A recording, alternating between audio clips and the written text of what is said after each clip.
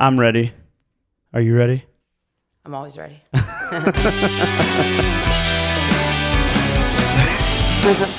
All I can think of is like, why can't we get that energy from everybody? It's fine. Anyway, what's up, everybody? What's up, everybody? Mike Frank with Sam Berizzi. It's literally not how you say that, and you've known me. Berizzi. It's still not how you say it. Okay, but I like saying it that way. But let me just tell you. You know what happened? We used to call you Berizzi. I know you And guys. your dad was like, no, it's like pizza. And I'm That's like, what I was- Berizzi. So it's his fault. It's still wrong. It's Berizzi. Berizzi. Stop. Now it's Spanish.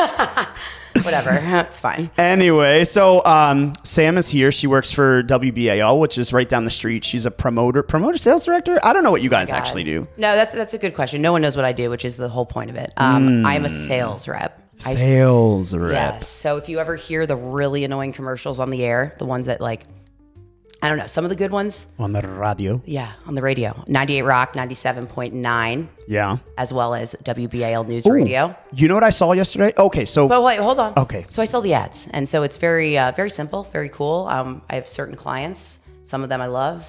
I love them all, actually. I think we have to say that. No, we do. But I think that it's what makes you who you are. That's right. That's right. That's right. So this weekend we did a whole bunch of things. We had our team retreat, which, by the way, I did talk to the team about inviting you and other people. I think there's a big push in the world for like growth mindedness, and there's a lot of people that want more of it. So when we're away as a team and we're masterminding and we're trying to build our business plan, a lot of people look around and they're like, oh, I really want to participate in that. So I did say something to them about it, but you have to wait until next year. No, that's fine. I don't mind waiting. But what was the feedback from the team? Christian, start with Christian, please. What do you think he said? I'm all in to bring Oh. I'm just kidding. Damn, So- Christian, were you the one so that Christian, said no? No, he's always the one that's like, this is Christian. I think this is a really good idea, or I don't like it. I know how he It is. could go either I know. way, but by the end of the conversation, he's like flip-flopped. Always. It's literally like, I think this is a terrible idea. And by the end of it, he's like, oh, no, I really vibe with it. I'm about it. So That's why we like Christian. ultimately, what we decided was we can definitely do it, but we have to sort of transition the conversation into more of the team is going to do these couple of things, and then we're going to do a big mastermind group. Like so maybe the team will get in a day early and do team things, and then the next day we'll start sort of like the group orientation, the group session. And there are things that speak to everyone. So mission and vision and values, like that's family stuff, right? Of course it belongs in your business plan, but really everyone can create a vision of what they want their life to look like. And then there's other sections of like team building and vision boarding that we try to add on, which can apply to everyone. And then there's other pieces where we're talking specifically about goals and aspirations of our team. So maybe there's a way to do like a 4-day team session and 2 days in the middle kind of squeeze with, public broadcast. Yeah. So Yeah. that's kind of where we ended up. Well, I like it. And I would say that, anything that, like the vision board when you called me or you texted me. Actually, Amanda texted me. Hey, we have our vision boards here somewhere. Yes, you do. I saw them in the corner. Oh. So when you texted me, that's what got me excited. You're like, do you have any magazines? And I Yeah. was like, I work for Hearst. It's, we are a magazine. We are a magazine. So anyways, yeah, of course I had magazines, but I also right away was like, wait, Mike, are you doing a vision board? Yeah. And you said yes. And so for me, it's something that literally I went back. You should see my vision board. It's not done yet because I need some sports magazines. I only have these like fashion ones. And so it's not vibing with me right now. So we had the same challenge. Okay. I think the thing that's the most fun for me is like seeing something from a fashion magazine, which isn't my thing, right? Like sometimes Liv will bring, one year we had Cosmo. And it's not like Liv personally, don't attack her. But she'll grab things from her parents or her family, and then I'll bring like Better Homes and Gardens because that's what someone had. But I'm reading through Cosmo, and I'm like, this is stupid. This is crazy. This is ridiculous. Oh my God, girls are so crazy, right? But then also something says like proof. Mm-hmm. And it might be like, girls dig into the proof that your man is cheating on you kind of thing. But I read the word proof and all of a sudden I like cut it out and it means like, ooh, proof.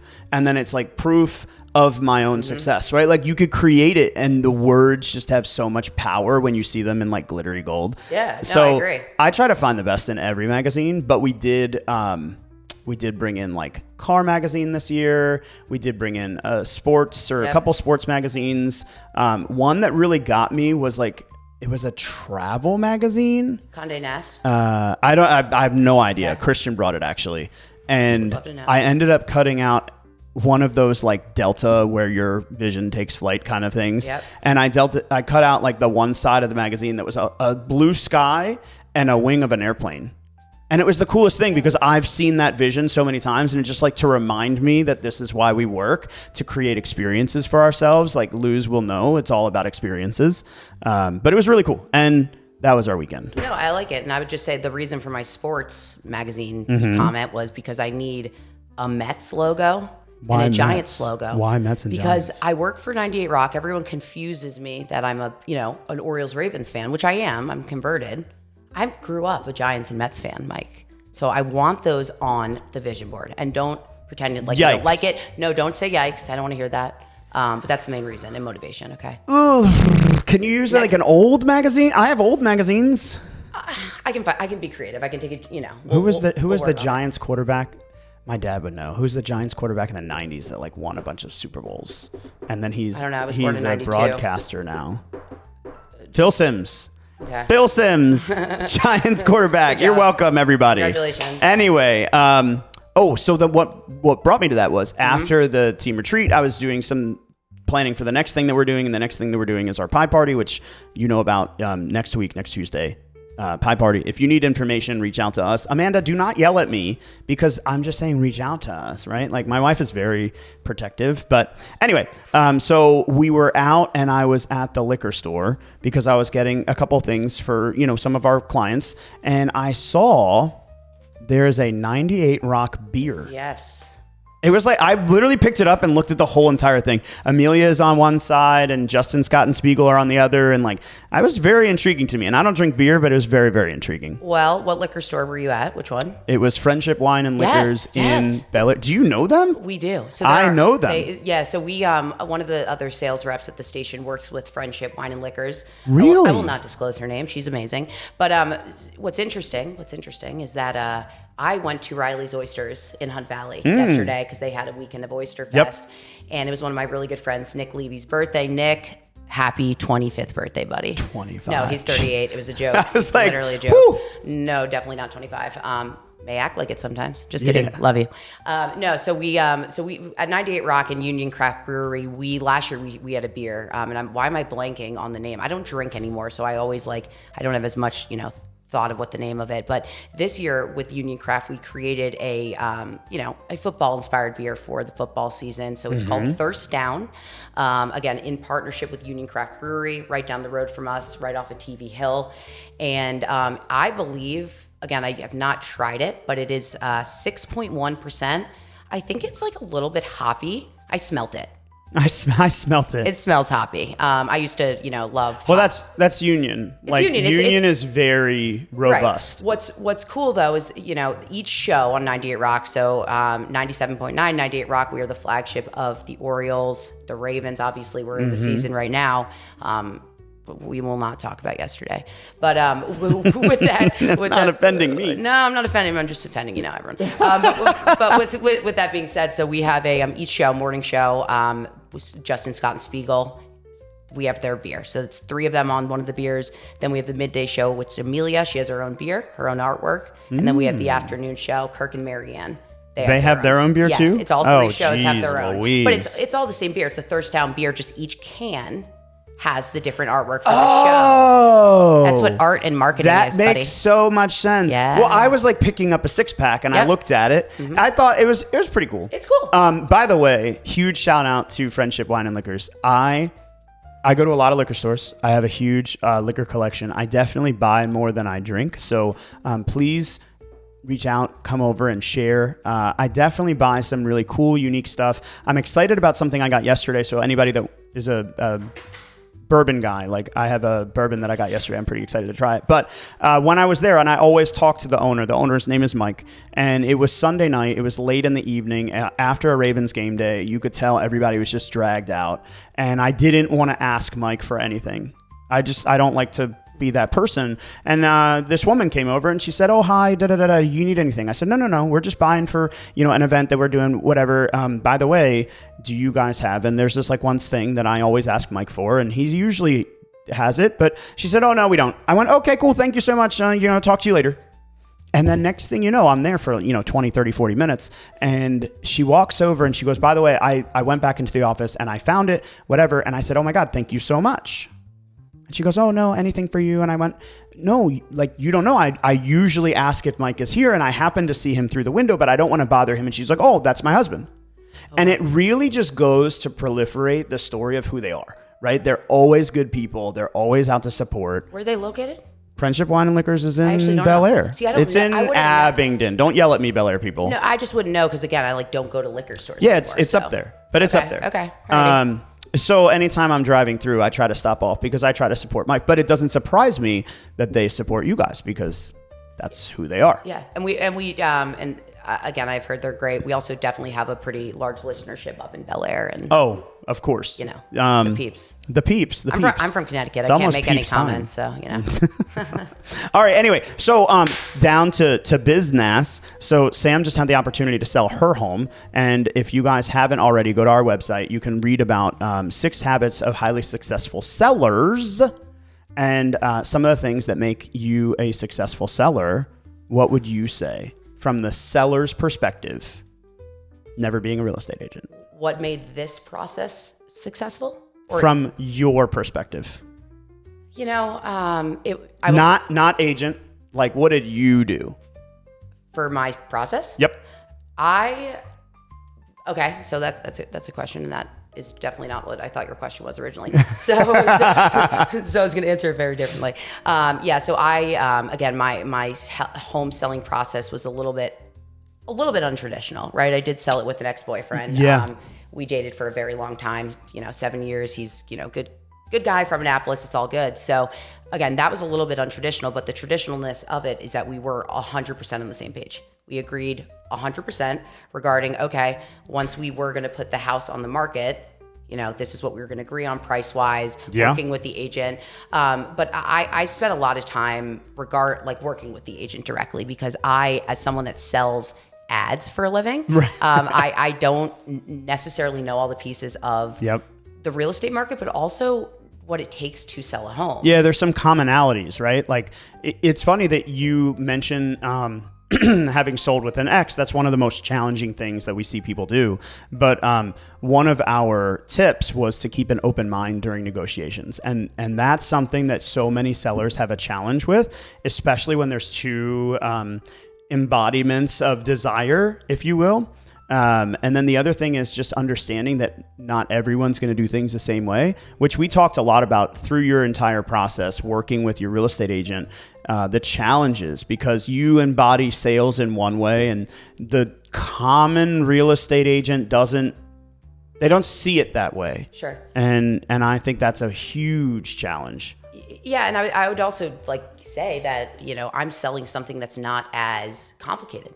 When you're, and I really do try to put myself in other salespeople's shoes when they're selling different products. And so from a real estate perspective, when someone's offering, we put the house on the market, and I'll just say it, for $499 originally, we ended up selling it after 6.5 months for $455. And for what it's worth, I think that's probably the right price.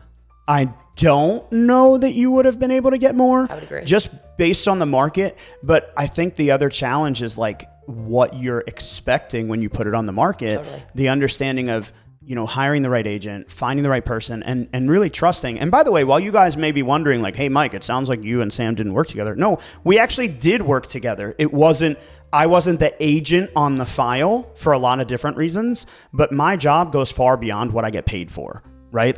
What we get paid for is actually the rapport, the development, the system, and the service. And in the future, there will be other opportunity. But as you heard, there's a lot of things in play when you're choosing the right agent. But, sometimes when you price it at $499, it can be a really aggressive position to be in. But you also need to be on the same price, on the same page, on the same understanding. And I think that's a huge challenge that so many sellers have. Why is my phone on Do Not Disturb and I'm still getting a phone call? Because Anyway. you can break Do Not Disturb when you keep calling the people. Don't break Do Not Disturb. I'm just saying, I do it to my friend Kate at the Orioles. Kate, shout out. Love you. I just talked to her. She's awesome. But wait, I do want to make kind of pull it full circle with the sales perspective. So, I did think it was really hard when someone had to come back to me and say, hey, someone offered you this. Like, it's not you still have to, the agent still had to bring me that offer potentially, right? Mm-hmm. I'm just getting this offer. And so I have to sometimes be a little bit better of just not assuming we sell the same thing, right? I'm very much quick to do the things. I'm selling radio. I'm putting stuff on the air. It's a very, very different. So let's ask this question. Yeah. You get an offer. You're listed for $499. You got an offer for, whatever the price was. But do you feel like there was an emotional tie to your $499 price? No, I don't, because the house was not, Well, time out. Let me ask. Re-ask. Your affiliated party, your ex-boyfriend, do you feel like he had an emotional tie to the price? Yes. I think that is the big challenge. Sure. There's always someone, right? Because there's usually someone that is more of a dig my heels in, and I'm going to represent that for the family, for the business, for that's who I am. And there's always someone that's a little bit more amenable and understanding of kind of how the real estate landscape works. And that's just it's a common challenge. Yeah, and I would say again, if my ex ever does hear this, and we are cordial. Oh, he gonna hear it. He's gonna hear it. What's up? No, I'm just kidding. But in all seriousness, there's other things in our past, so it just made sense for me to be a little bit less you make the decisions on that. I'm gonna agree with you. I'm a cordial person. So that was the reason behind it. So then, okay, as the seller in this scenario, with him being a little bit more hesitant to negotiate during the process, how did you overcome that? How did you manage that as a partner, I literally, you also shared with me, I asked for houses in the Locust Point area that were I needed to see different things. I needed to understand why, because originally the agent did give us a recommended price that was not $499. So it was, so it was less, and it wasn't a lot less, but it was less. So it plays a huge value, and understanding the market is one of the most challenging things for us as agents to educate, because sellers want to dig their heels in. They always want to get the most for their money, and it's hard to present someone as I know one of my friends in California, Jay Bond, does a great job presenting the numbers where, hey, I know you were listed for 1.3 million, but you should list with me for 1.1. And I'm like, how do you do that? He's like, I just do. And I sat on a Zoom call with him where he met with a couple, and it's all the limiting factors that everyone says, but he met with a couple and he said, hey, look, you should list with me for 1.1. And they go, okay, sounds like a good plan. But it's so challenging for us as real estate agents to have that conversation unless you're open-minded. Sure. Right? And so I think creating the open-mindedness, creating the flexibility for sellers, and understanding kind of how to wrap your mind around the whole real estate process without aligning it to, like you said, you sell a different product, or maybe you're a doctor, or maybe you're a statistician or a tax accountant, or maybe you're just a teacher. Sure. Not just a teacher. Teachers are really important, right? But maybe you're a teacher, and your mindset works in one way and our mindset works in another. The biggest thing that I have seen in working with people is overcoming the objection in advance of the actual objection can help to resolve the problem. So for agents that might be listening, kind of seeing that objection of pricing up front and challenging the seller before you put the property on the market. Let's use your example. You guys collectively wanted to list it for $499. The listing agent wanted to list it for, let's just use random numbers, $475. And you guys chose $485. Wow. Use it. And it was too high at $485. But it's okay. You guys chose to list it aggressively. You as the agent need to understand, hey, look, if we list it aggressively, then this, then this, then this. And if you can do that, then you create the opportunity for your seller to have success in working with you versus just like that Bruxting that never really works well. Ultimately, I think it's on the agents to create some of these success stories. It's not on the seller. I would agree, and I also think like you have different personalities you're working with, and people like I'm just a little different. Yeah. I move really quickly, and my life is just very different now that I'm sober. My life looked very different when we worked at Bond Street Social back in the day. For sure, that was a fun time. But no, I think, and this goes to any sales job. Like you just have to know who you're talking to. You need to know the room you're sitting in. Everyone is going to be different, and you have to approach that person differently each and every time. And especially in real estate, you have to come with content. You can't just come to the seller and go, what do you want to do? Right? You have to come with content. You have to prepare yourself that you're going to have these conversations that might be challenging. If you need some more information, go onto our website. We've got tons of great content at frankoliverco.com under additional resources on the right-hand side. You can find the blog post. There's a lot of things happening this coming month. And so we have the pie party next week. We've got the Christmas Village in Baltimore. We've got the mayor's Christmas parade. It's like December 8th or something like that. The Christmas show at the Frederick Fairgrounds. There's so many things that are happening. Just kind of open up your mind to what's possible. Maryland has so much going on in this season. You know where to reach us. If you ever need to reach out, you can always DM me on Facebook or Instagram at michael.frank____. And if you ever want to buy ads on the radio, there you go. 98 Rock, WBAL, or Ravens. This is hot. This is hot. Who wants to be in the December 1st Eagles game? Still have time, guys. So boo Eagles, boo Eagles, boo. But how do they get in touch with you? Just call me, text me. Everyone has my cell phone, Instagram. You know how to find me. Actually, text me because the Instagram messages are not being open at the moment. Gracious. So, if you message me, I will get you Sam's direct number. All right, guys, we'll talk to you real soon.